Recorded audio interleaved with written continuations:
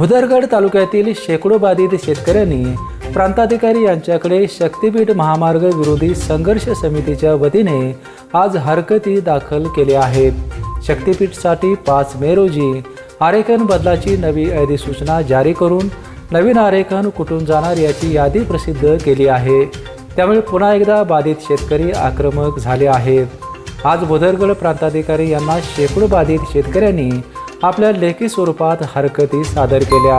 आज 25 तारखेला शेवटचा दिवस आहे। शेतकऱ्यांनी आपल्या हरकती हा शक्तीपीठ होऊ नये म्हणून हरकती घेण्यासाठी प्रांत कार्यालयात आपण या ठिकाणी आलो आहोत। सरकार विकासाच्या नावावर शक्तीपीठ करायला निघाले।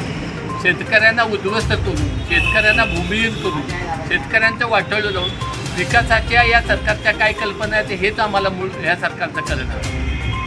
एकीकडं आमच्या इकडं महापुरासारखं संकट येत असताना परत तुम्ही अनेक ठिकाणी भरावा टाकून पूल करून शेतकऱ्याला उद्ध्वस्त म्हणजे राहिलेल्याही शेतकऱ्याला उद्ध्वस्त करण्यासाठी निघालंय काय म्हणजे खऱ्या अर्थानं तुम्हाला विकास न करता शेतकऱ्यालाच या ठिकाणी मोडून काढायचं काय अशा पद्धतीचं आजचं तुमचं हे सरकारचं जे वर्तन चाललंय याला ठामपणे आमचा शेतकरी विरोध करेल आणि काही झालं तरी आम्ही ह्या शक्तीपीठला होऊ देणार नाही। त्यावेळी राहुल देसाई, सर्जेराव देसाई, कॉम्रेड सम्राट मोरे, कृष्णा भारतीय, कॉम्रेड राम कळंबेकर, HR पाटील, राजेंद्र देसाई, बाळासाहेब जाधव, प्रकाश वास्कर, ऋषिकेश पाटील, संदीप देसाई, बाळासाहेब पाटील, सुनील लाड, रामचंद्र देसाई, सुरेश मोरे, मनसुख कांबळे आदी उपस्थित होते।